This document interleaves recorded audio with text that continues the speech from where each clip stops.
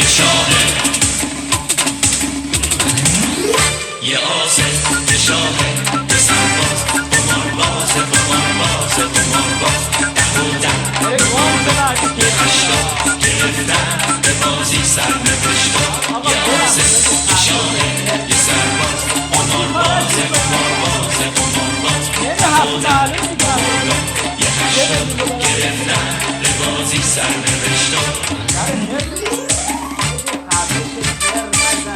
تویی قمارباز با یک دل هوسباز، دلی که گفته عاشق تو جفته.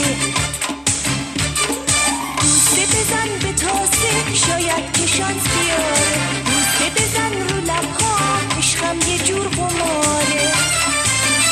دل بازی گوش تو قدم سازی میگیره، مثل خواج و دل و پیر تو رو بازی میگیره. یه شاهه،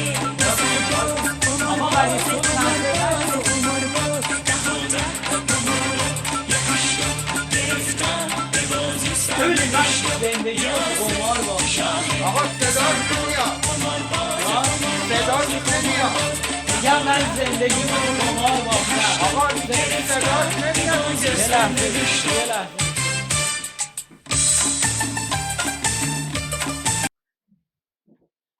من همه زندگیمو تو قمار باختم. همه زندگیمو تو قمار باختم تا فهمیدم هرگز نباید قمار کرد. هرگز نباید قمار کرد مگه اینکه برگ برنده رو بدون چیه. برگ برندم که دست از ما بهترونه و ما مشغول خاراندن ماته. خلاصه که این شاه و سربازی که بانو سوزان روشن میگه بد جوری آسشون فرو کردن تو من. به هر حال که من نمیدونم شما برای چی اومدین اینجا، ولی خب به هر دلیلی که اومدین قدم مهمون روی تو. اجازه بدین من این تلفن رو خاموشش. آخ من از ایرانه، معذرت میخوام. یه بسته ای داده بودم یه دوستی ببره ایران، زنگ زده بکنم آدرس میخواد. جانم، جان قربونت برم. آره عزیزم تو خود راحت رفتی؟ آها مشکلی پیش نیاد. اوکی آره. ببین شما کجایی الان؟ عالی. ببین همون شما میندازی توی هاشمی رفسنجانی، از چمران میری مدرس هم میری تا پایین، هفته تیر هم رد میکنی تا بخوری به امام خمینی. نه اون خودش میخوره، امام خمینی رو میگن. آره آقا شما اینو بری پایین خودش میخوره به امام خمینی. آره عزیزم. آره تو رفتی تو امام خمینی به من یه زنگ بزن. قربونت برم. مرسی. فدای تو عزیزی. قربونت. خب ببخشید من معذرت میخوام. چی داشتم میگفتم؟ میگفتم که نمیدونم شما برای چی اومدین، ولی به هر حال اون نمایشی که قرار بود اینجا اجرا بشه، البته نمیدونم اسمشو بذارم نمایش، بذارم استندآپ، بذارم وان شو، به هر حال هر چیزی که قرار بوده اینجا انجام بدیم دیگه انجام نمیدیم. قرار بود بیایم اینجا یه سری کارهای بی ربط بکنیم و بریم دیگه. اینجا که هممون دیگه بی ربط شدیم، باور کنیم. به هر حال دیگه انجامش نمیدیم. منم حقیقتش ساعت 8:30 میان دنبالم. ساعت چند الان؟ یه 50 دقیقه وقت داریم. حالا که شما اومدین منم که هستم، 50 دقیقه وقت داریم. خب میتونیم این 50 دقیقه رو با هم دیگه یکم معاشرت کنیم و گپ بزنیم.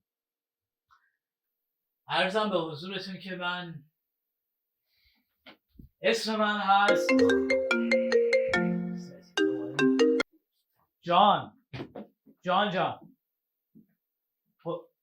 آره اون بله اون نیایش بوده شده هاشمی رفسنجانی. بله تونلش هم شده تونل رفسنجانی. آره قربونت برم. حالا من اینجا یه ذره یه کاری برام پیش اومده. آره قربون. تو رسیدی به امام خمینی به من زنگ بزن. فدای تو. چاکر. خدا. معذرت میخوام. داشتم چی میگفتم؟ آره من چند ماه پیش بعد از 9 سال پا شدم رفتم ایران. حقیقتش راستشو بهتون بگم یه ذرم ترسیده بودم. گفتم با این همه کاری که اینجا کردم احتمالا توی فرودگاه بهم گیر میدن و ولی جواب سلام هم اونجا بهم ندادن. اصلا کاری به کارم نداشتم. در صورتی که من این همه کاری اینجا کرده بودم. کارهایی که به خاطر 1/10 بقیه رو 10 سال میکنن تو زندان. بابا خب یه عزتی یه احترامی بذارین واسه آدم. ولی از اون طرف گفتم حالا من بعد این همه سال پا شدم رفتم ایران، از آمریکا اومدم اونجا برام فرش قرمز پهن میکنن و هر کاری دلم بخواد میکنم و مردم بهم احترام میذارن. اونجا کلی تئاتر درست میکنم، فیلم میسازم، سالونا رو پر میکنم. ولی دیدم تنها چیزی که میتونم پر کنم لیوان آبه. بعد چند وقت تابستون شد دیگه لیوان آبم نمیتونستم پر کنم. با شدم رفتم خوزستان، دیدم اونا تنها چیزی که میتونن پر کنن لیوان گله. آره گل. به خودم امیدوار شدم. دیدین این چه فرهنگ جالبیه که ما داریم؟ چقدر زود به خودمون امیدوار میشیم، چقدر زود قانع میشیم، چقدر زود خدا رو شکر میکنیم. خدا رو شکر میکنیم که با اینکه انقدر بدبختیم باز هنوز یه سری آدم هستن که از ما بدبخترن. هر چیزی که نداریم باز هنوز خدا رو شکر میکنیم که یه سری دیگه یه چیزای دیگه هم ندارن. من تو بچگی گریه میکردم که بابا من دوچرخه میخوام. بابا هم خیلی راحت میومد کنارم میشست میگفت پسرم، این پسر همسایه این دوچرخه‌ای که تو میخواد نداره که هیچ، همین آتاری که تو داری هم نداره. منم گریم بند میومد. همین میشد که هفته بعدش من از مدرسه میومدم، مامانه میپرسید نمره امتحان چند شد، میگفتم محمدی شده 4.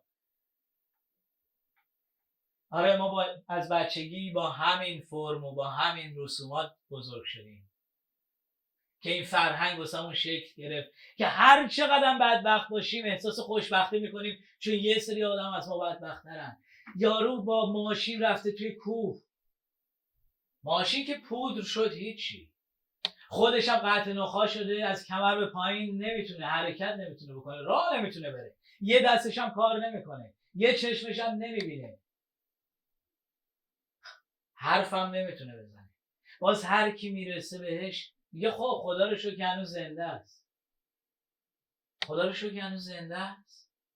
این اگر مرده بود اقلا این خواب آروم میکرد، این الان از درد خوابم نمیتونه بکنه بنده خدا.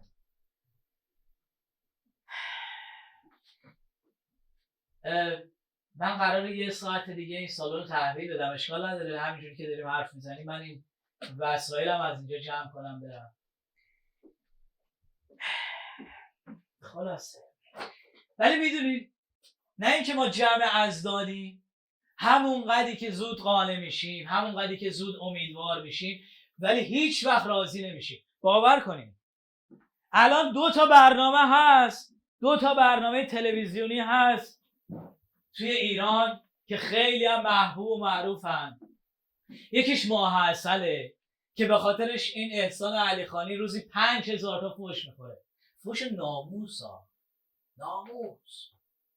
که ما دیگه حول و حوصله غم و غصه شما رو نداریم. ما خودمون انقدر بدبختی داریم که دیگه نمیتونیم گریه یکی دیگر رو نگاه کنیم. یا اینکه مرتی که تو نونتو میکنی تو اشک مردم رو سقف میزنی. بعد از اون برم یه برنامه دیگه از خندوانه که این رامبد جواد هم به خاطر اون روزی 7000 تا فحش میخوره از همون فحشا. که ما انقدر خودمون بدبختی داریم، ما مردم انقدر تو فقر داریم زندگی میکنیم، بعد شماها نشستین اینجا از صبح تا شب هر میخندین. ببینید تا اینجاش خیلی مهم نیست، میگم هر برنامه تلویزیونی یه سری مخالف داره دیگه، ولی فاجعه اینجاست که آخه بری نگاه کنی، بری تو پیج اینا رو نگاه کنی، همونایی که دقیقا دارن فحش میدن به یکی که چرا گریه میکنی، به یکی فحش میدن چرا میخندی.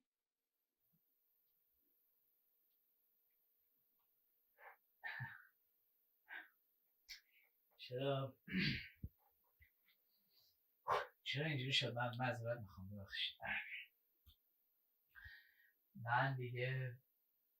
من دیگه راجع به بدبختی مردم حرف نمیزنم. من دیگه حرفای تلخ و مورددار نمیزنم.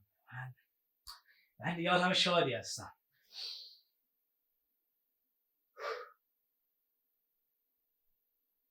به هر حال من پا شدم رفتم ایران. گفتم الان تو ایران دیگه هر کاری دلم بخواد میکنم، همه به هم احترام میذارن، هر چی بگم همه گوش میکنن.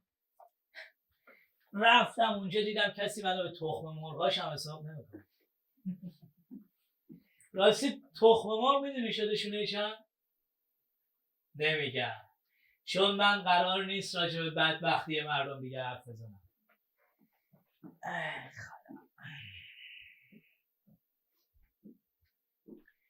خانم و آقایون، مردم تو ایران شادن، خوشحالن.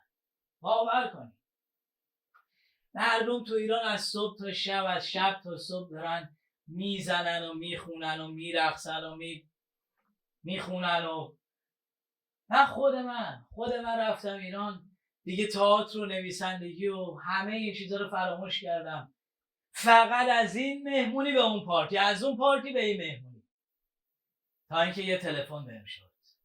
بفرمایید. عرض ادب قربان. درود بر شما.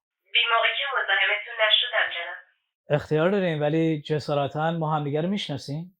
شما که حتما ما کوچک احوالا رو نمیشناسین، ولی مردم که البته منم جزئی ازشونم، هنرمندای بزرگ و متعهدشون رو خوب میشناسم. زنده باشین، ولی من کوچیک مردم ایران هستم. اختیار دارین، شما بزرگین و ما میخوایم خواهش کنیم که بزرگی کنیم. شما؟ من امیر ابراهیمی هستم. نه منظورم اینه که شما مگه چند نفرین؟ ما یه گروه، یا بهتر بگم شرکتی هستیم که سرمایه گذاری میکنیم رو کارهای هنری که از نظرمون ارزشمند هستن.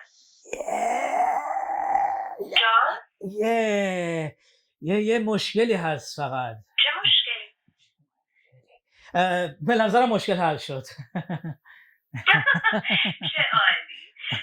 پس به نظرم میتونیم یه قرار ملاقات بذاریم. آدرس یادداشت کنین لطفا. پاسداران، خیابان امیر ابراهیمی، تلفی 57. هیچ وقت اون قرار ملاقات لعنتی رو یادم نمیره. این دیالوگ یکی از نمایشنامه‌هام بود، ولی این کجا و اون کجا.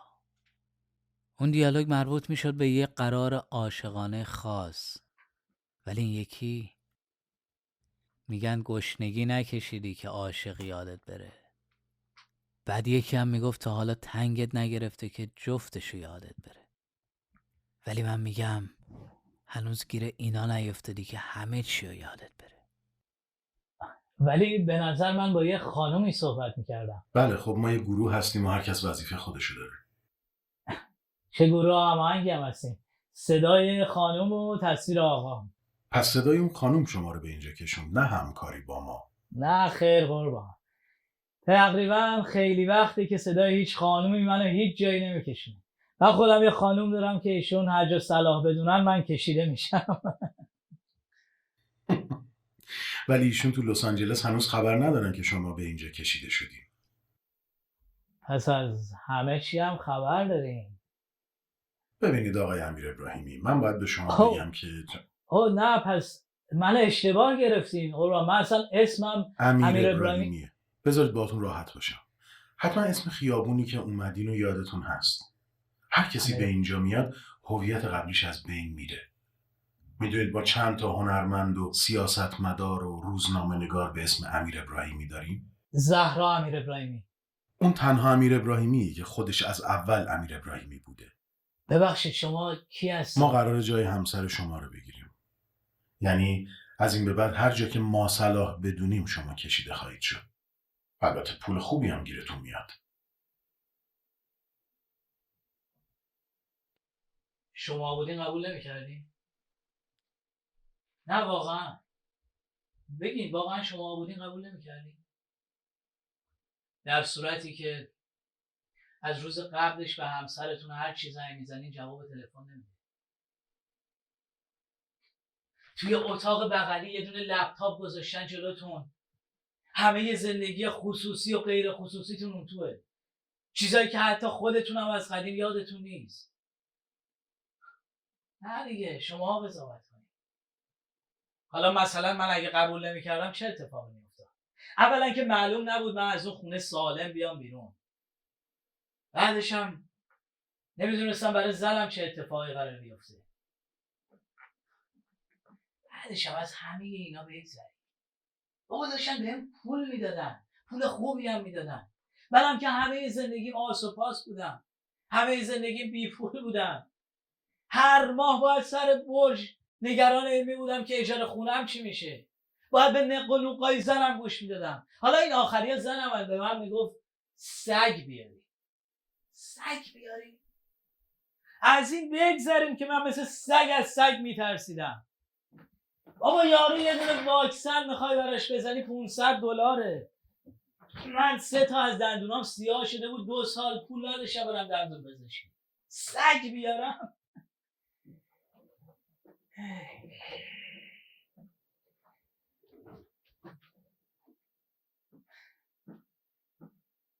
دیگه پول نداشتم، نمیتونستم کار کنم. کسی رو کارام سرمایه گذاری نمیکرد. یه بنده خدایی هم اگه پیدا میشد که سرمایه گذاری میکرد که بابا سالان 250 نفری 17 نفر بیشتر نمیومدن که، اونم 14 نفرشون دوست و فامیل و آشنا بودن، با بلیت مهمان میامدن. بعد نمیدونم این چه صیغه‌ای بود که این همیشه ماها ضرر میکردیم و بقیه سود. همین رفیق الان من و رقیب اون موقع من، رقیب خوشحال من، تئاتر میذاشت تو سالن 200 نفره. دقت کنین 200 نفره. خب $10,000 پول تبلیغات میداد تو رادیو 670 و رادیو همراه و اینا. همه پول بازیگراش هم میداد. دکور و صحنه‌ش هم آنچنانی بود. آخرش $15,000 سود میکرد. چطوری ممکنه همشه؟ بعد من این آخری ها باور کنید گروهمون سالن 500 نفره رو پر کرده بود. رادیو هم لطف کرده بود برامون آگهی مجانی. گفته بودن به کسی نگن، ولی شما لطفا به کسی نگین. رادیو هم برامون آگهی مجانی رفته بود. بازیگرا هم لطف کرده بودن، معرفت کرده بودن، دستمزدشون رو بخشیده بودن. ما آخرش $250 هم ضرر کردیم. چطور ممکنه؟ چطور ممکنه؟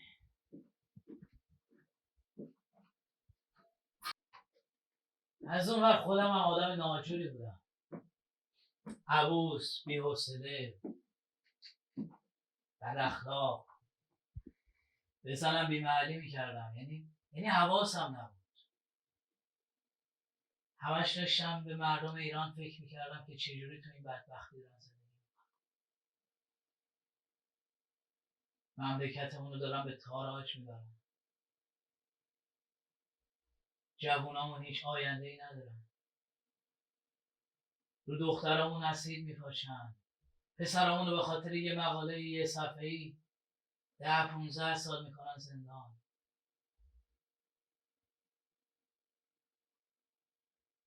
به بچه‌های 2-3 ساله تجاوز میکنن. مگه این افکار میذاشت من آرامش داشته باشم؟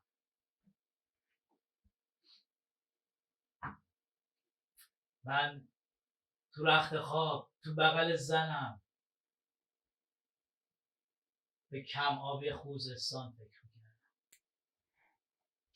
بعد معذرت میخوام، الان شما کجا صلاح میدونی من کشیده بشم؟ به نظرم شما الان بیشتر از هر چیزی به کمی استراحت نیاز داریم. شاید یه مسافرت خوب به دور از جنجال و خبر بد و استرس. قربان شما مثل که متوجه نیستید، من الان دقیقاً توی سفرم. از هنرمند بزرگی مثل شما بعیده. دیدار از خانه پدری سفر محسوب نمیشه، مخصوصا وقتی با این همه کار و تنش درگیر باشید. شما به کمی آرامش نیاز دارید. من فی‌الواقع ترجیح میدم این مدت کوتاهی که توی ایران هستم و با خانواده‌ام بگذرونم و البته بررسی کنم ببینم امکان کار کردن دارم یا نه. با یه هفته جزیره مالدیو موافقین؟ همونی که 17 گل بهش زدیم؟ شما توی یه هفته خیلی بیشتر گل خواهید زد. نه آقا، من مالدیو برم چیکار کنم؟ اینجا کلی کار دارم قربان. ممکنه لحن من گاهی سوالی باشه، اما من خیلی اهل سوال کردن نیستم. در واقع بلیت شما به مقصد مالدیو برای پس فردا صادر شده. ولی خانم شما راضی خواهند بود. شما به زودی به یکی از ستاره‌های محبوب تبدیل خواهید شد. حالا مقایسه کنیم با الان. من الان تو رخت خواب، تو بغل زنم، تو بغل دخترای دیگه، تو دیسکو، تو همون لب دریا، لب مرز مکزیک، فقط به کم آبی خودم فکر میکنم. به من چه مردم تو خوزستان آب ندارم؟ من که دارم، خیلی زیادم دارم. والا الان دیگه نه تنها به زنم بی‌محلی نمیکنم، بلکه هیچ دختر دیگه هم از زیر دستم رد نمیشه تا محلش نذاشته باشم. جالبه که زنم هم خوشحال‌تره. من الان دیگه پول دارم، راحتم، مردم دوستم دارن، با هم عکس میندازن. دیگه چی میخوام؟ من الان تو خونم 4 تا سگ دارم. باورتون میشه؟ از پولش بگذریم، نمیدونم این حس ترس من به سگ چجوری از بین رفت.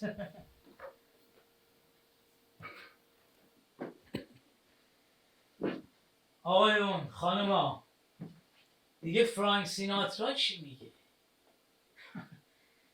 من تازه به درک واقعی و حقیقی سوزان روشن رسیده بودم.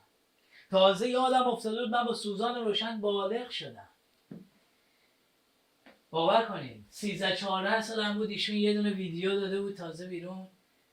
منم از صبح تا شب میشستم این ویدیو رو نگاه میکردم. الان اصلا یادم نیست شعرش چی بود. هیچ وقت بلد نبودم شعرش، چون فقط نگاه میکردم و منتظر بودم که بانو که این کت چرم لامصب رو در میاره. آخرش هم که در می آورد من فرو میرفتم تو مبل.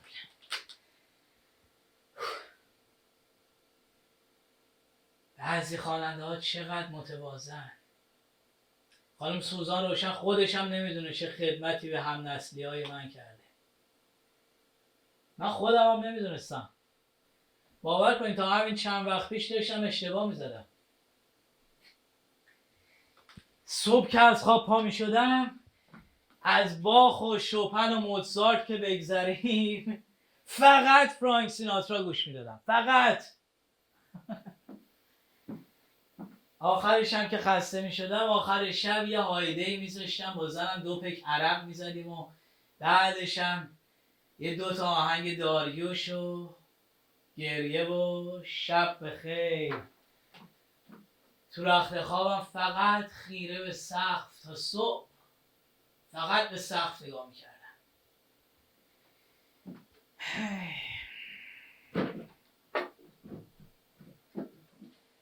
حالا الان تازه فهمیدم چی شد، باید چی کار بکنم.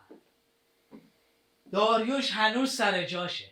سر شب یه چند تا آهنگ داریوش از این قدیمی ها میذارم. قدیمی ها، این جدیدا به درد نمیخوره.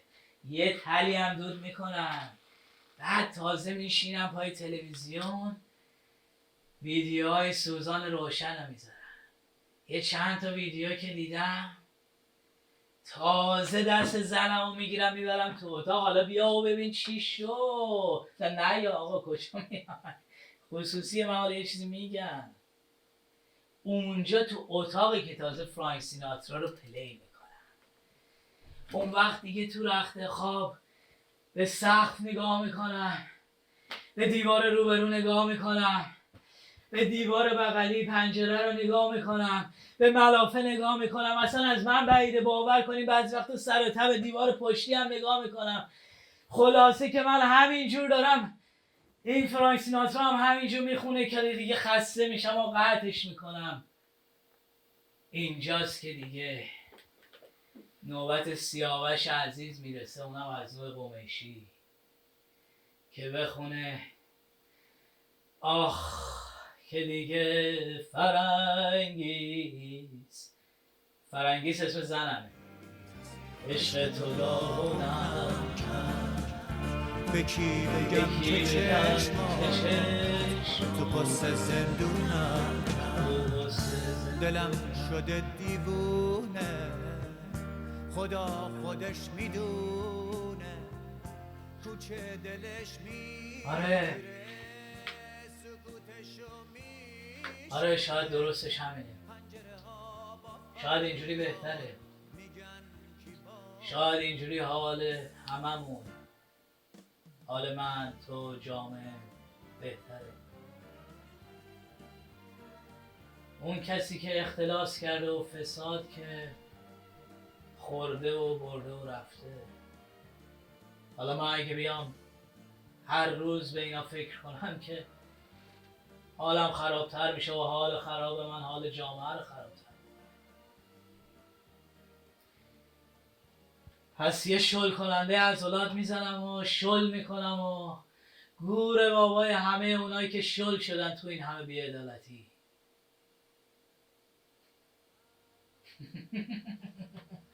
گفتم شل، یاد شل زرد افتادم. یه روز بعد از ظهر تو خونه نشسته بودم، زنگ در رو زدن. رفتم در رو وا کردم، یه یارو قد و هیکل انقدر، موهای وزوز رو هوا، سیبیل تا بناگوش، بهم شل زرد تعارف کرد. مگه قدیم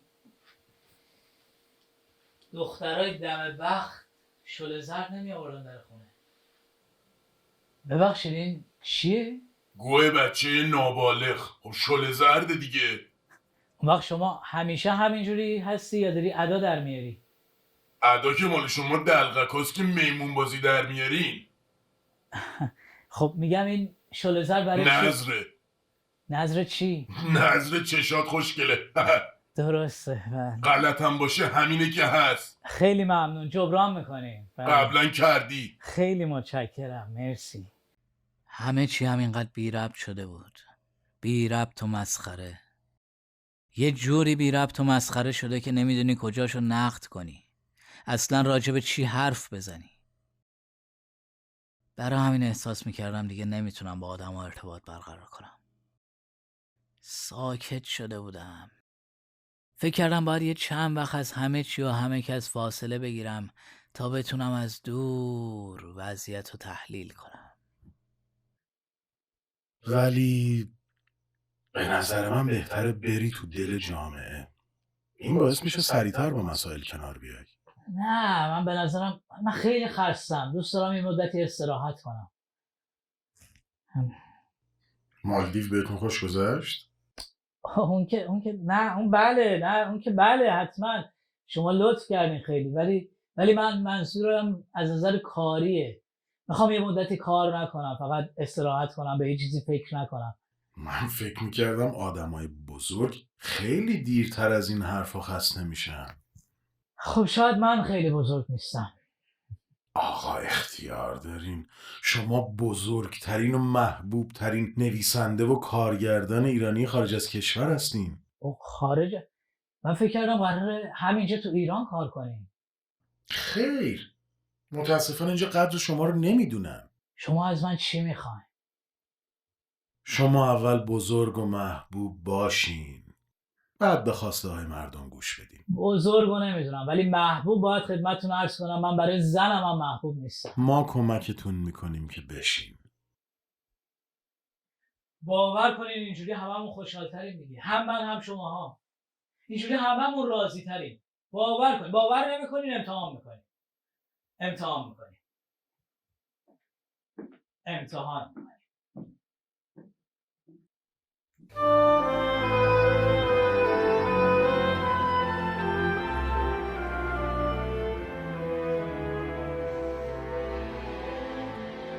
خورشید برای فریب من و تو به آسمان دوخته شده است که سیاهی را جلوه زیبایی دهد، وگرنه حقیقت آن است که روز هم سیاه و تاریک است چون شب. سیاه است، سیاه است مجامعت با گرگ‌های برنما، با سارقان روح، با خیانتکارانی که لاف عاشقی میزنند و شوریدگی، اما فاسدند، ترشیدند و بو گرفتند. این تعویض طلایی خورشید به جای ماه، این دور باطل شب و روز برای گمراهی است. والله دور دوری هاست، دوری هایی که بسته به هیچ زمان و مکانی نیستند. من اینجا در روشنایی تنهایم و تا آنجا در تاریکی تنهایی. ما دور افتاده ایم، من از تو از دگران و خوش به حال دگران که وجودشان بسته به دوری ماست. ببخشید تلفن. جان قربونه. رفتی تو امام خمینی الان؟ اوکی. ببین عزیزم، تو از امام خمینی که بیای بیرون، آره تو از امام خمینی بیا بیرون، به سمت راست که بری میخوری به آزادی، درسته؟ آره. ببین تو یه 2 چراغ قرمزو که رد کنی جان، نه خب بذار سبز بشه بعدن، نه اصلا 2 چهارراه رو که رد کنی سمت راست یه دونه دکه روزنامه فروشیه. بله آره، این بسته رو میبری تو اون دکه، میری به آقای امیر ابراهیمی. آره قربونت برم.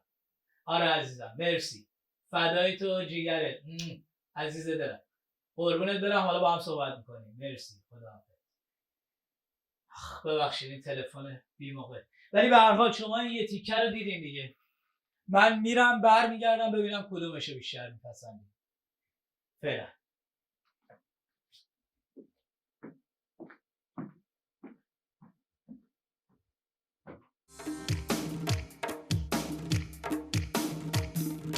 به من بگو دروغاتو یا این که اون قسمهاتو، دستای سرد تو یا بوسه های گرم تو، اون خنده ها و دلبری یا وعده های سرسری، کدومو باور بکنم موندم منو ناباوری. اون شکوه و شکایتو، اون گوشه و کنایتو، حرفای عاشقونتو، یادم بدم محمونتو، اون خنده ها و دلبری یا وعده های سرسری، کدومو باور بکنم موندم منو ناباوری.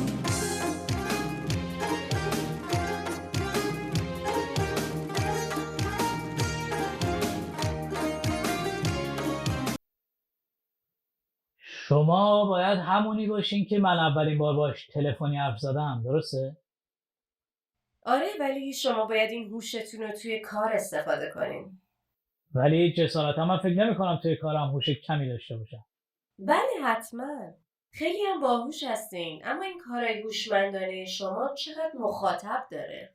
شما باید در جذب مخاطب هم باهوش عمل کنین. ولی چطوری؟ لبند باشین. جان؟ شاید کلمه بهترش جذاب باشه. شما اول از همه باید برای غیر همجنسان خودتون جذاب باشین، بعد همجنسای شما از حسادت هم که شده به شما جذب میشن و این یعنی جذابیت برای همه. میشه مستقیم تر به من بگی من چی کار باید بکنم؟ میتونم بپرسم آخرین پست اینستاگرامی شما چی بوده؟ نمیدونم، مال خیلی وقت پیشه، ولی خب میتونم چک کنم. یه لحظه اجازه بدین.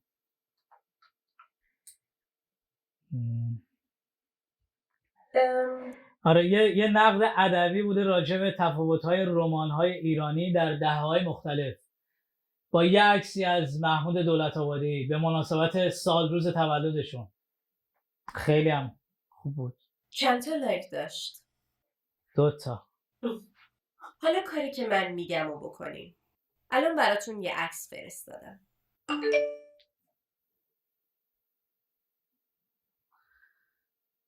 بله.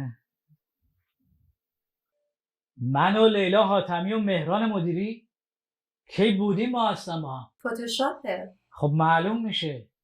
به هیچ وجه. ولی اونا که میدونن با من نبودن. شانس بیاری بر علیهت حرف بزنن. نه من اینو نمیذارم.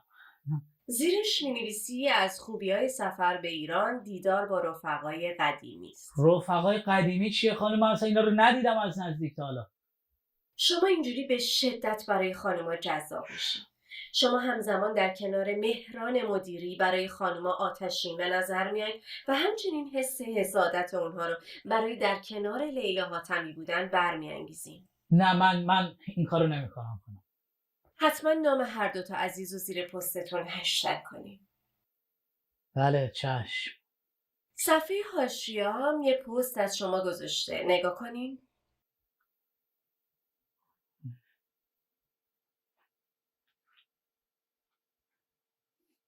ستاره لس آنجلسی در پارتی‌های شبانه تهران. ببخشید این که داره باسن این خانم گاز میگیره منم؟ بدل شماست. البته شما چند روز دیگه عنوان میکنین که این شخص نیستین و از نشرنده این فیلم شکایت خواهیم کرد. یعنی از شما؟ اجازه بدید من همین الان یه دونه سلفی با شما هم بگیرم.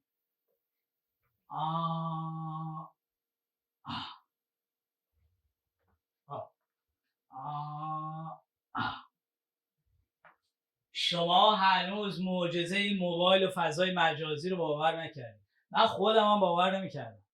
ولی باور کنین نمیدونین چه معجزه‌ای میکنه. همون عکسم با لیلا و مهران نمیدونین چه قوقایی کرد.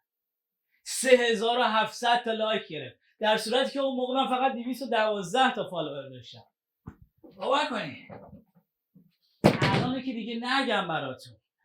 صبح از خواب پا شدم، از چشم پف کردم با جای ماتی که یکی از دختر خاله هم عکس گذاشتم 215,000 تا لایک خورده. عجب چیزی. خب وقتی این چیزا لایک میخوره یعنی اینکه شماها، یعنی اینکه مردم همین چیزا رو دوست دارین دیگه. وگرنه تا اون موقعی که نقد ادبی مینوشتم سعی میکردم از طریق تاریخ و فلسفه وضع موجود جامعه رو نشون بدم یا عکسای هنری میذاشتم که پستام 2-3 تا 2-3 تا لایک بیشتر نمیخورد. اونم 2 تا از خواهرام بودن تو رو درواسی گیر میکردن. ولی الان اگه محبوب شدم، اگه دوستم داریم، به خاطر همین چیزاست دیگه. به خاطر همین کارهایی که این خانم با هم کرد. البته اینم بگم شانسم آوردم. یه سری اتفاقای افتاد که خیلی توی همین محبوب شدنه، تو همین فضای مجازی خیلی کمکم کرد که فالوور جمع کنم. نمونهش فوت ناصرخان ملک مطیعی به راهنمایی همین گروه بود که من رفتم تو قبر ناصرخان تکونش دادم که اگه نمیرفتم کسی باور نمیکرد من چقدر باهاش صمیمیم. نمیذاشتن برم تو مراسمش سخنرانی کنم و آواز داشخلامو بخونم. وقتی میگن آدم دنیا فقط 2 روزه، آدم دلش میسوزه. داشخلام آدم که به گذشته یه لحظه چشم میدوزه، بیشتر دلش میدوزه. داشخلام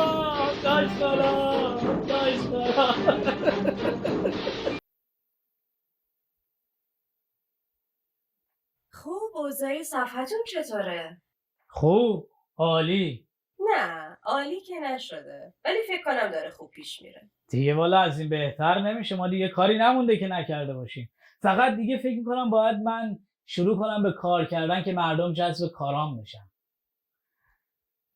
بله حتما که الان باید به فکر کار باشین، ولی در کنارش ما باید به کارمون برسیم. بله حتما. شما باید همیشه سر زبون ها باشین. 100%. الان دیگه وقت زن گرفتنتونه. جان اینو نداشتیم خانم، من زن دارم. بله میدونم، شما قرار نیست خیانتی بکنین. این که زن دوم بگیرم خیانت نیست؟ این ازدواج سوریه. خانم سوری هم باشه من زنم طاقت نمیاره. باشه شاید بتونین به جاش آواز بخونین. شما آواز بلدین بخونین؟ آواز بخونم؟ آره یه چند تا آهنگ قدیمی رو بازخونی میکنیم. ما هم یه کنسرت براتون میذاریم. اینطوری هم سر و صدای زیادی خواهیم کرد. بعدم نیم.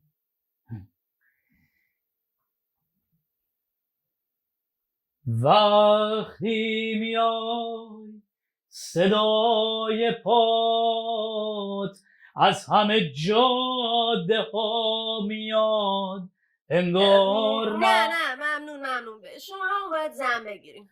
نه خانم من نمیتونم زن بگیرم بابا. عزیزم این فقط یه شایعه است در مورد شما. براتون یه متن تکذیبیه هم فرستادم.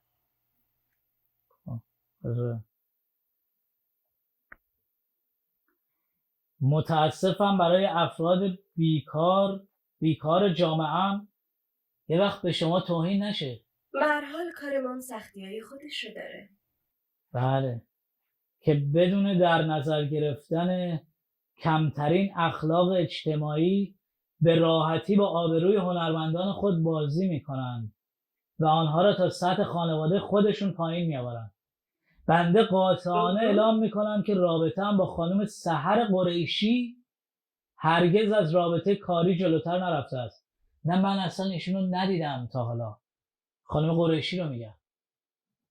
توی این هفته زیاد میبینیشون توی جاهای مختلف و شما میخوان که کنار خانم قریشی بیستین تا از شما عکس بگیرن. اما مهمترین جا کنسرت زانیاره که چون خیلی شلوغه شما باید خیلی حواستون جمع باشه. از شما خانم قریشی و محسن افشانی میخوان که برای عکس کنار هم بیستین.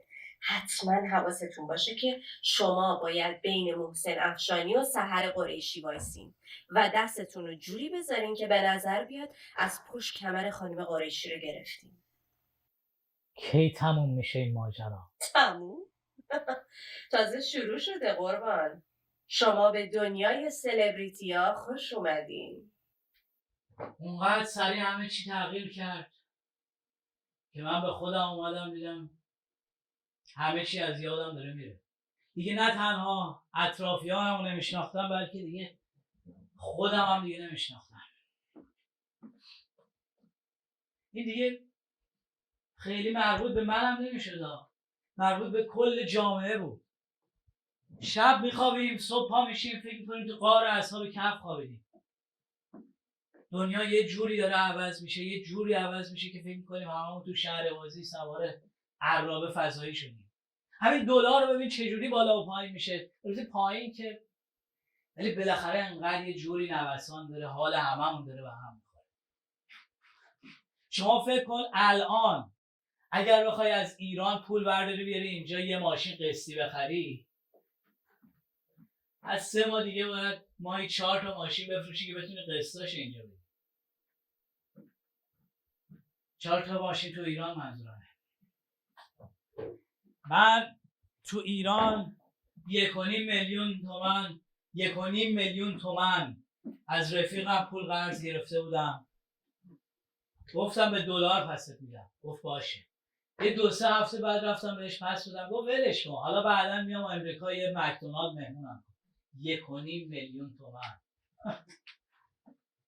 عجب. اون موقعی که من از ایران اومدم بیرون با 40 میلیون شیرین میشد یه آپارتمان 60-70 متری خرید. الان آپارتمان تو تهران شده متری 60 میلیون. باور کنید. یعنی من با پولی که قبل از این تغییرات داشتم شاید میتونستم مثلا 30 سانتی متر آپارتمان بخرم تو تهران. ایوه. خلاصه که یه جوری از خودم و اطرافیانم دور شده بودم. که دیگه هیچ کسی رو نمیشناختم. اعصابم ریخته بود به هم، افسرده شده بودم. دیگه هیچی برام مهم نبود. یه روز قبل از همه این اتفاقا گفتم برم بزنم بیرون از خونه، برم بی هدف برم محله‌های غریبی، برم کافه و رستورانایی که توشون خاطره داشتم، برم کافه گودو، برم سر بزنم به کتاب فروشای میدون انقلاب، برم باغ فردوس، برم جامعه بازار که اولین بار عشق اول و آخرم اونجا دیدم. برم باغ فردوس که آخرین باری که اونجا بودم دست تو دست زنم فرنگیز چشم تو چشم شدم. فرنگیز گفت چرا پریشونی؟ گفتم پریشونی عادت عشاقه. بنده خدا هنوزم فکر میکنه با هم بودم. خلاصه که خواستم بزنم بیرون، سوار ماشین که نمیشدم، خودم که اصلا سوار نمیشدم، حتی نمیتونستم ماشین بقیه هم نمیتونستم سوارشم، چون من از بچگی از شهربازی میترسیدم. خیابونای تهران هم خیلی شبیه شهربازی شده. اون ماشین برقی ها یادتونه؟ همیشه باید میکوبیدیم به هم دیگه. خیابونای تهران، اتوبانای تهران دقیقاً مثل اون بازیه شده. البته یکم بزرگتر و خب خیلی خطرناکتر.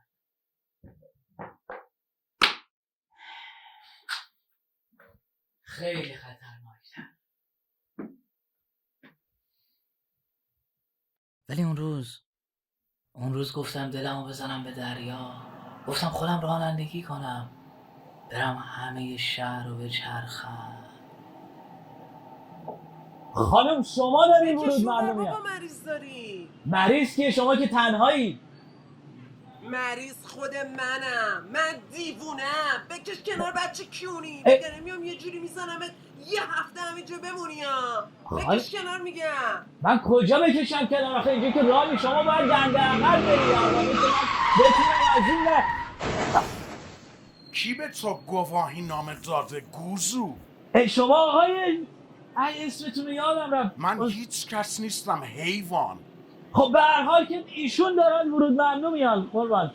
آخه دیوس خار وسط خیابون جای وایسادنه؟ بدم عمت و سگ برو دیگه راه بازو. نه آخه راه باز نیست. من ایشون داشتن ورود ممنوع می اومدن. میگم من اینجا جلوم باز نیست. می اومدن خب بکش کنار اونور برو دیگه. نیست مرتی که ما رو اسیر کرده ها. خب مگه آخه اینجا موتورم رد نمیشه. من چجوری همچین میگه انگار تانک سواره برای من یابو. گم شو بکشی اون وقت تا نایمدم لوله تانکتو بکنم تیکونه. خانوم ماشینو که سریع یه جا پارک کردم، گفتم اصلا پیاده برم. وای رسیده بودم تجریش. قبول داریم بوی تجریش با همه جای تهران فرق داره. یه نفس بلند کشیدم.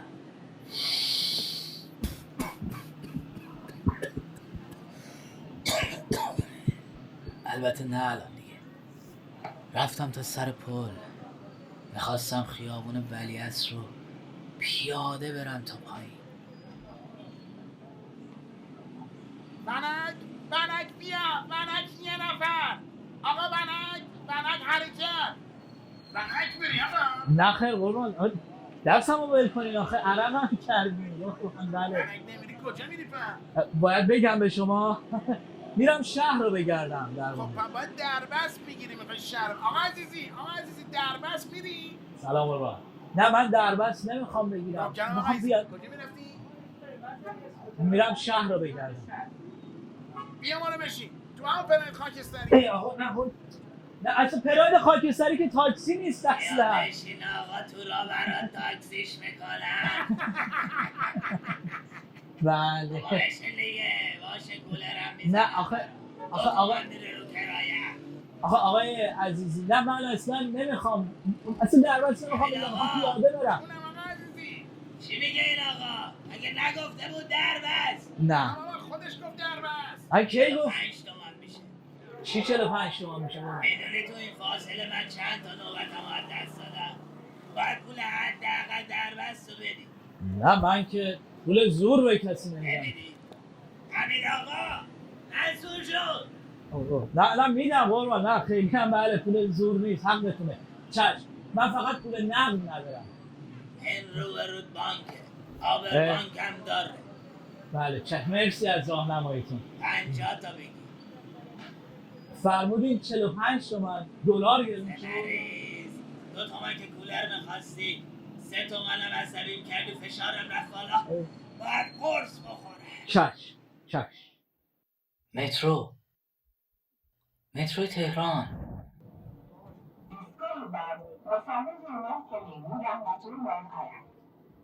وای چرا از اول یادش نبودم. هم سریعه هم همه جای تهران رو میتونم برم بگردم.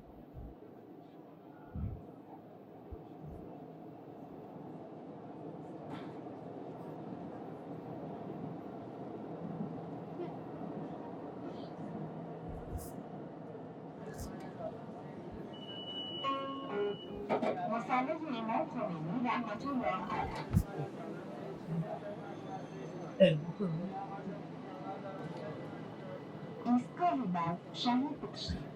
مسافرین متعهد به سمت ایستگاه قائم آزادگان دارند. در ایستگاه بعد از قطار پیاده شده و با توجه به تابلوهای راهنما ورود خط است.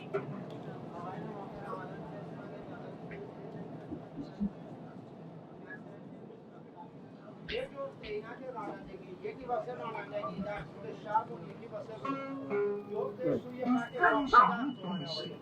مسافرین متعهد که قصد ادامه مسیر به سمت ایستگاه قائم یا آزادگان دارند. در این ایستگاه از قطار پیاده شده و با توجه به تابلوهای راهنما ورود خط است. هیچی دیگه گفتم کلن بیخیال شم و اصلا از خونه بیرون نرم. گفتم مثل همون 9 سال پیش که همه خاطراتمو کردم توی چمدون و درشو بستم و خداحافظ بازم بذارم در اون چمدون بسته بمونه.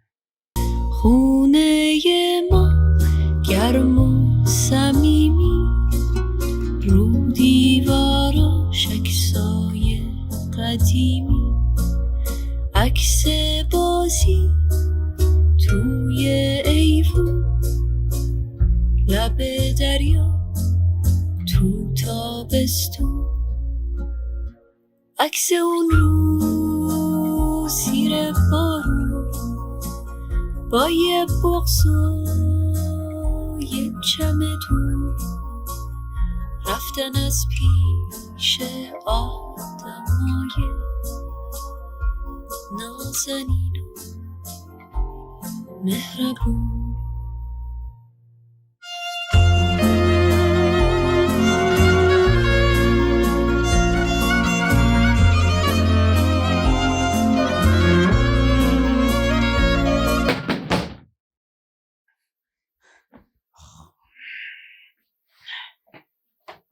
غلط کردم ببخشید من اصلا حواسم نبود. من قول داده بودم که دیگه سیاه نمایی نکنم. آره البته اینو بهتون بگم و من سیاه نمایی نمی کنم. یعنی خود واقعیت انقدر سیاه هست که من دیگه نمیتونم سیاه تر بنمایمش. یعنی من هر چقدر بخوام سیاه نمایی کنم باور کنین از خود واقعیش روشن‌تره. ولی میدونم من قرارداد بستم که فقط به نکات مثبت فکر کنم و راجبش حرف بزنم. خب از کار چه خبر؟ نمایشنامه جدید؟ راستش این همکار شما من انقدر درگیر حواشی کرده که من اصلا فرصت نوشتن ندارم، فرصت ندارم تفکر کنم. تفکر؟ بله. لازم نیست. به نظرم شما بیشتر به دقت احتیاج دارین، به گشتن و دیدن. بله به اینام احتیاج دارم، ولی قربان چطور تفکر لازم نیست؟ ما داریم راجع به خلق یک اثر هنری حرف میزنیم، یک نمایشنامه. اثر هنری که برای خلقش فکر به کار بره، برای تماشا کردنش و لذت بردن ازش هم فکر لازمه. مردم دیگه حوصله فکر کردن ندارن جناب. مردم ما حوصله دارن، شماها میخواین که فکر نکنن. من کار بیهوده و مبتذل نمیکنم. کاری که مردم دوست دارن نه مبتذله و نه بیهوده. ما همگی سربازان این مردمیم. مگه جنگه که ما سربازیم؟ آقا شما نمیدونین، سلیقه مردم رو نمیشناسین. نگاه به این عروسک هایی که براشون ساختین نکنین. نگاه به اون امیر تتلو نکنین که بغبغو میکنه، 2 میلیون نفر پشت سرش بغبغو میکنن. بابا مردم ما میفهمن، مردم ما دارن به اون عروسک های شما تفریح میکنن.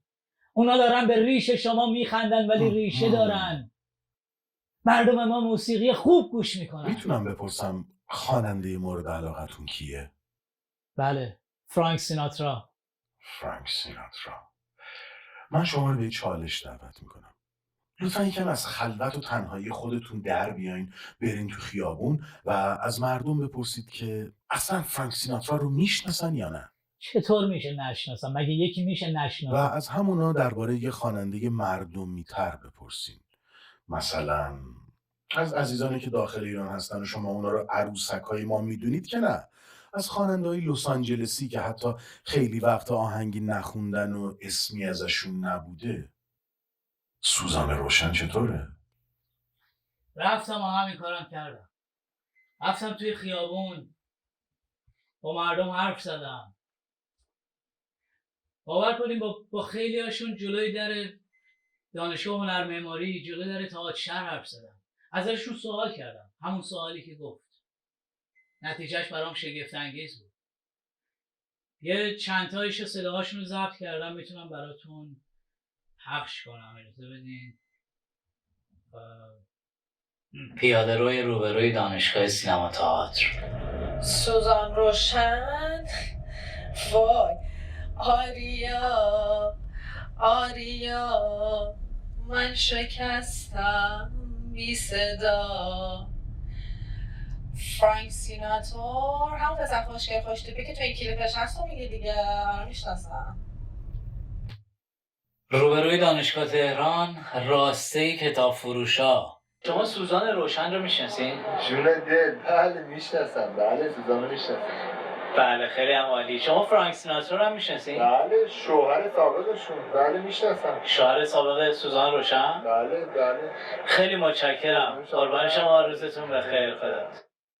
میهمانی در شمال تهران. من در واقع برای یه تحقیقی یه سوالی ازتون دارم. میخوام ببینم شما خواننده‌ای به اسم فرانک سیناترا رو میشناسید؟ فرانک چیه؟ فرانک سیناترا؟ نه اونو اصلا فراموش کنید. شما سوزان روشن رو میشناسید؟ پر دلشوره شدم، پر تشویش، همه تنم آتیش، انگار عاشق شدم عاشق. من دلبر بارون، من عاشق چی شده که شدم گنگ و پریشون، انگار عاشق شدم عاشق. یه چیز تازه بخون میگرده تو حسم که مثل حس بلوغه، چجوری بگم چیه اون؟ نکنه وسوسه باشه، شده با سادگی ممخون، مثل سیب سرخ حقا شد از وسوسش پشیمون. یاد حرفای امیر ابراهیمی افتادم که وقتی از اون خونه می اومدم بیرون به هم گفت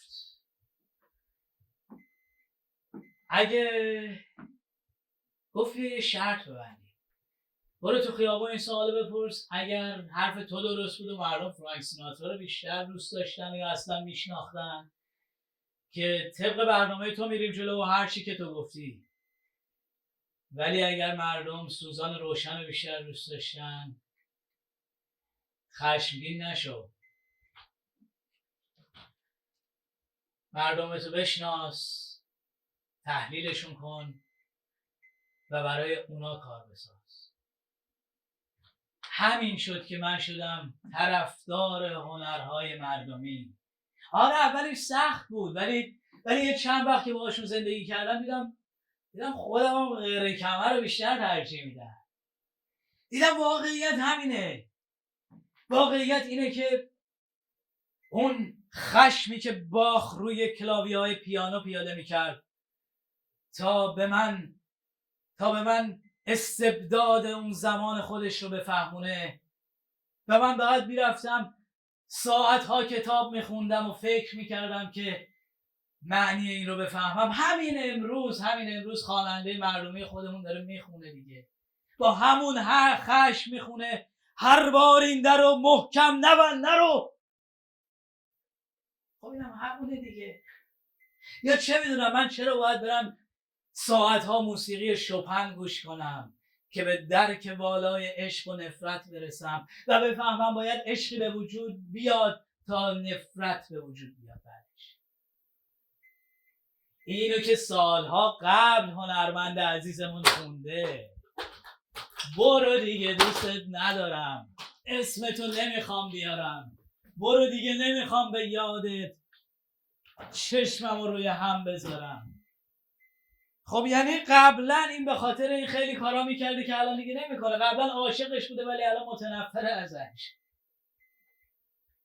یا من چرا باید حتما برم کتاب‌ها بخونم از خیام، شعرها بخونم، وایم و می و مطرب و این کنج خراب، جان و دل و جام و جام پر درد شراب. همین الان خواننده عزیز دلمون داره میخونه دیگه. ساقیا می هی هی می می هی هی بنویس گرد نرفتن دلغندی بنویس گرد نرفتن دلغندی. خب به امید خدا من دیگه فردا عازمم. آشنایی خوبی با شما بود. بله حتما، برای منم همینطور. ما همچنان کارهای اینجای شما رو انجام میدیم. شما هم رسیدید لس آنجلس، برید خدمت آقای حسنی، ایشون هم برای اجرای شما هم کمکتون میکنن، هم مسائل مالی شما رو حل میکنن. ایشون اسمشون امیر ابراهیمی نیست؟ ایشون از خانواده مادری ما هستن. چه جالب. در ضمن ایشون ماهیانه اسامی اشخاصی رو به شما میدن که شما بهشون نزدیک خواهید شد و اطلاعاتی از اونا رو داخل پاکت به یه مسافر میدین که برای ما بیارن. یعنی جاسوسی کنم؟ به هیچ وجه. شما فقط ما رو از حال و احوال هموطنامون باخبر میکنین تا ما از نگرانی در بیاییم. آها، یعنی اون زمانی که من اونجا کار میکردم هم یه نفر داشته شما رو از نگرانی احوال من در می آورده. حالا من اگر شما رو نفروشم هیچ کسی دیگه ای نیست شما رو بفروشه؟ اقلا بذاریم پولش بره تو جیب یه خودی. بعد فکر کردین اصلا چی؟ من قرار بوده به کی نزدیک بشم، چه اسمایی به من دادن. باور کنی خود منم اوایلش دغدغه‌م این بود که اینا چه اسمای بزرگی میخوان به من بدن، من اصلا چجوری باید به اینا نزدیک بشم. چند ماه اول که اصلا هیچ خبری نبود. بعدش این آقای حسنی به هم زنگ زد و تو یکی از این رستوران‌ها با هم قرار گذاشتیم و یه اسمی به هم داد، گفت برو به این نزدیک بشو. حالا فکر میکنین کی بود مثلا؟ نه واقعا علیرضا امیرقاسمی. گفتم من به علیرضا امیرقاسمی نزدیک هستم که. گفت نزدیکتر شد. گفتم از این نزدیکتر که دیگه حامله میشم. بعدش هم شما حالا این دفعه اول من هست نمیشه یه آدم یکم لطیفتر. گفت محمد خرادیان چطوره؟ گفتم یعنی شما هیچ اطلاعاتی از هیچ خانومی تو این شهر نمیخواین داشته باشین؟ که یه آلبوم گذاشت جلوم، عکس یه سری خانوم بود، گفت انتخاب کن. منم یکی خوشگل‌ترینش انتخاب کردم. رفتم که بهش نزدیک بشم، دیدم اون خودش هر شب به یه آقای داره نزدیک میشه. اولش فکر کردم شاید همکاریم، مثلا منو فرستادن که ببینم اون کارشو درست انجام میده یا نه، که دیدم اینجوری نیست. بعد گفتم این خانومه چه آدم مرموزی و من چه اطلاعاتی باید ازش بگیرم، بعد این چه کارهای علیه نظام کرده. داشتم نقشه میچیدم که چی کار باید بکنم، ولی ما هفته اول همش تو میسیز بودیم، داشتیم لباسایی که خریده بود و میرفتیم پس میدادیم.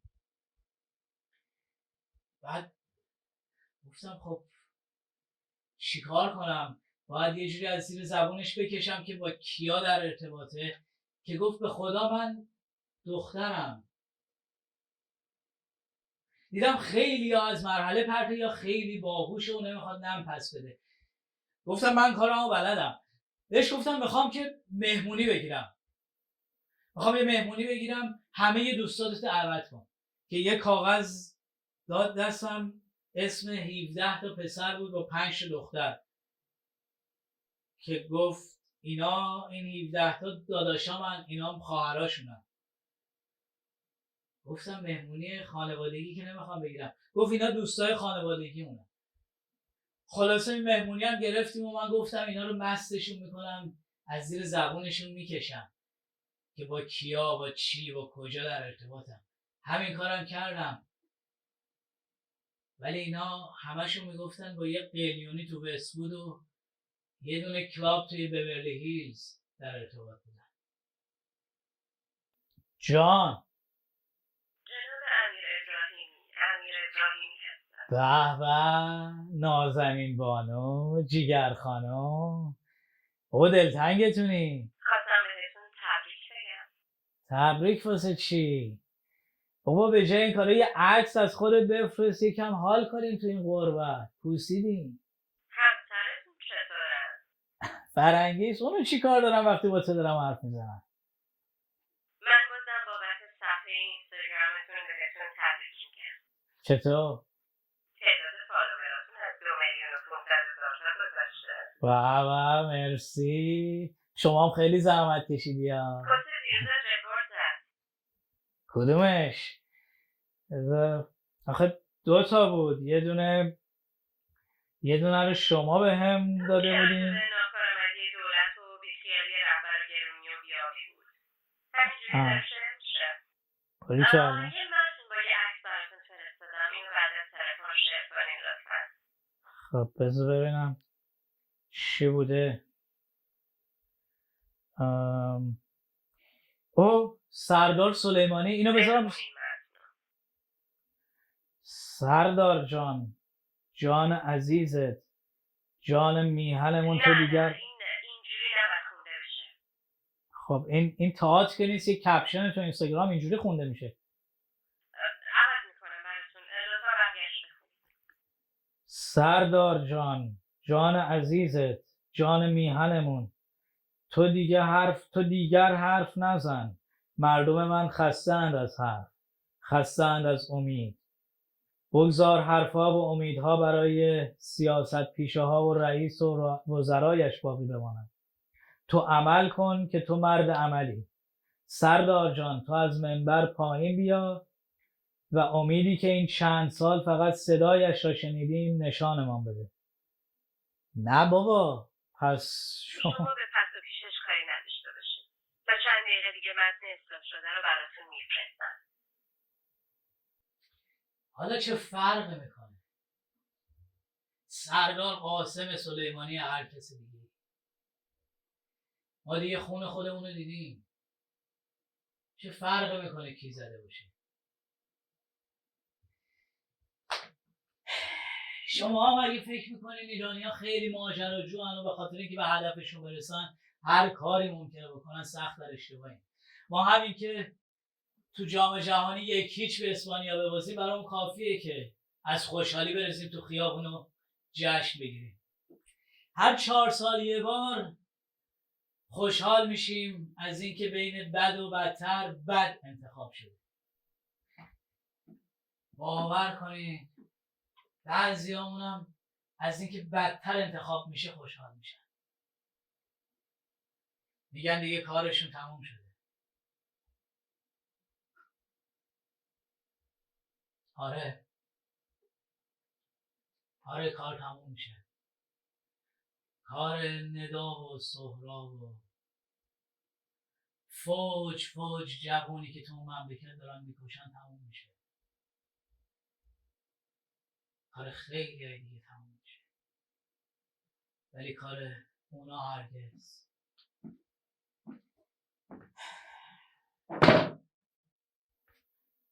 بهتون گفتم ما همین که تو جام جهانی 1-0 به اسپانیا ببازیم خوشحالیم.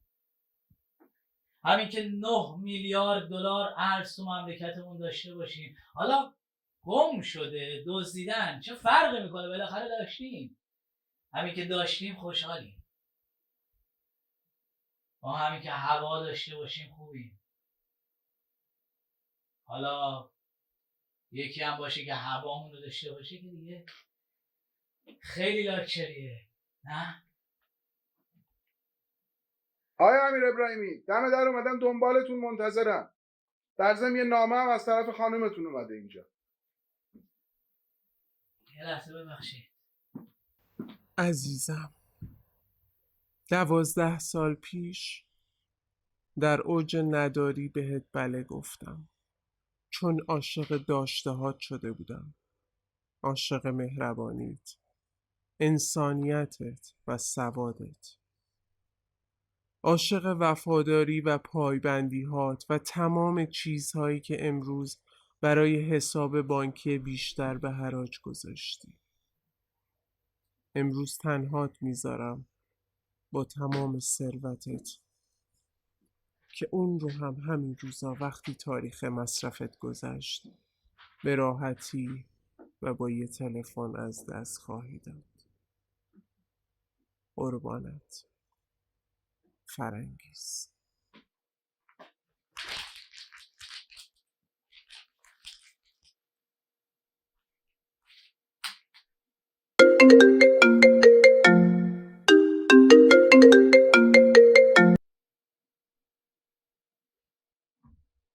بله. سلام، حسنی هستم آقای امیر ابراهیمی هستم. خیر، دیگه نیستید قربان.